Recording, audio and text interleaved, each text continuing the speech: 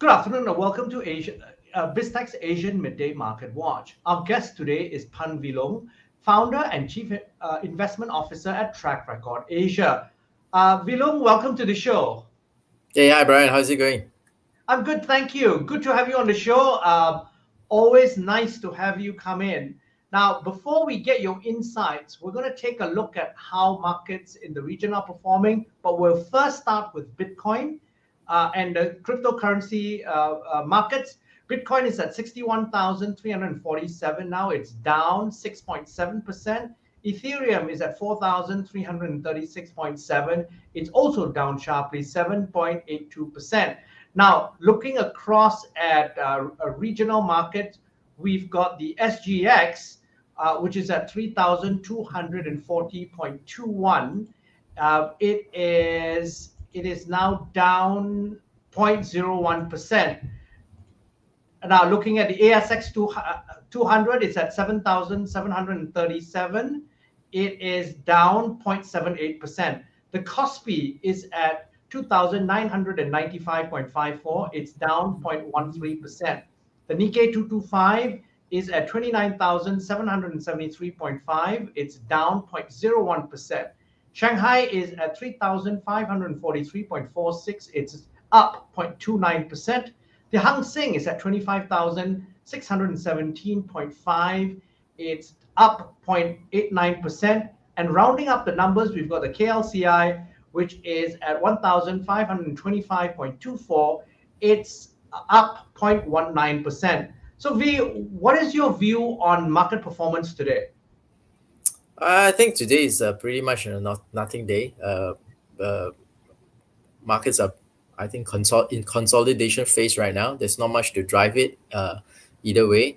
So people are jostling around trying to get a sense of where the next big moves are going to come from. So I think it's just a normal volatility day. Just a normal volatility. Nothing's not much gonna happen until there's a new driver in the market. Okay, I've got to ask you about crypto markets because that's taken a beating today. What's caused this beating? I think if you follow crypto markets, you will find that there's really no rhyme or reason for big moves. Bitcoin is about, I guess, 10% off the highs, so it's Ethereum, but it's just yet another day in crypto land. Probably it was a liquidation because margin loans is at recent highs yesterday. It was at recent highs yesterday, and funding rates for futures for margin positions were quite high compared to recent history. So all the short-term speculators, which unfortunately usually bear the brunt of the pain, they're getting liquidated early this morning and probably still now a little bit. That's what's driving markets. It's not any significant news. The significant news was a few days ago that the Bitcoin spot ETS was denied, right, by the SEC of the US to be launched. So that was just a few days ago, but really nothing to fundamentally drive the markets today besides margin liquidations. Okay, I think V, one of the things that is on investors' minds currently is more related to the US-China virtual summit. I think that's one of the key things. Also, the fact that President Biden has signed off on that $1 trillion infrastructure bill. What are your thoughts on these two events?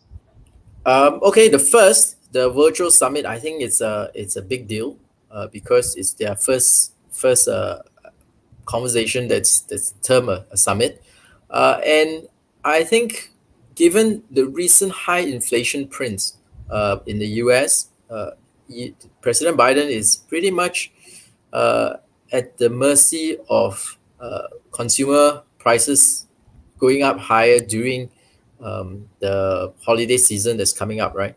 So that's when consumers will go shopping for Christmas gifts and they'll start to try to get holidays booked and stuff like that. And this phenomenon of high inflation prints are caused mainly by supply chain constraints. And who else can really help them solve this, but China, right, the biggest producer of goods that they are Yeah. importing. And given the state of the world, the COVID still, although it seems to be at an ebb, it still seems to be a problem, especially now in Europe, we're seeing a resurgence of cases. So we have a situation where the Fed is not yet ready to start hiking rates. The Fed do not want to respond to the high inflation prints because they truly believe that it's transitory. And I too believe it's transitory regardless of what the financial pundits are saying, right, that our core is all multi-year highs, and it's going to become a problem. But really, there's no need to. There's really no use as well to address supply shocks with monetary policies, right? It's no use to tighten policy when uh, what your problem is that you cannot get the goods that you want, and you do not want to crush demand just to get prices lower, and you could start a spiral downwards, right? Because you crush demand, then economic recovery gets crushed in the process.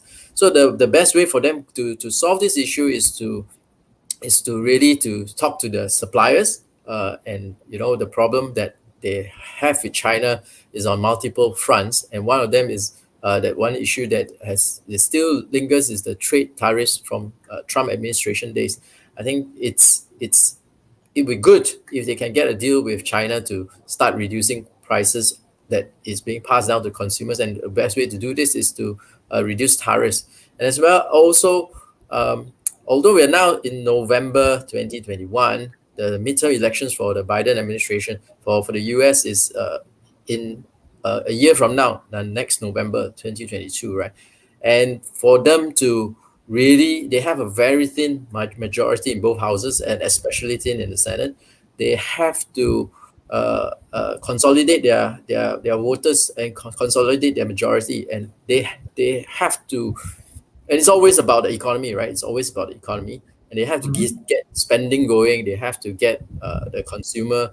They do not want the consumers to be complaining about inflation going into the elections. They have to solve this issue. So on both fronts, where if you can have better ties with your major supplier, which is China, is going to help you with the prices. And if you can also implement all these spending policies that he's been trying to pass, his infrastructure policy, his climate change policies.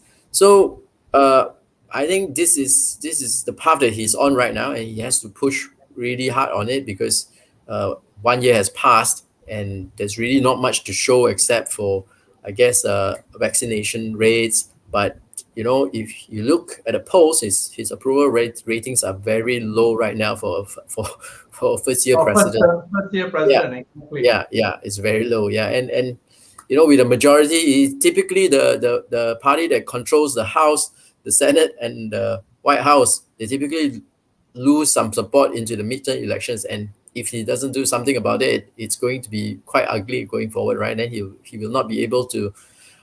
Given that he's controlling both houses, he cannot even get his policies passed. Imagine when he loses a majority in one of them. Yeah. Absolutely. V, as always, thank you very much for coming on the show. Okay, thanks, Ryan. Take care. See ya. Now, we've been speaking to Phan Leung, the CIO and founder of the Track Record Asia on BizTech's Asian Midday Market Watch. This video and podcast will be on our various social media platforms as well as our website, www.biztech.asia. Please like and subscribe to our various platforms. Thank you very much for tuning in.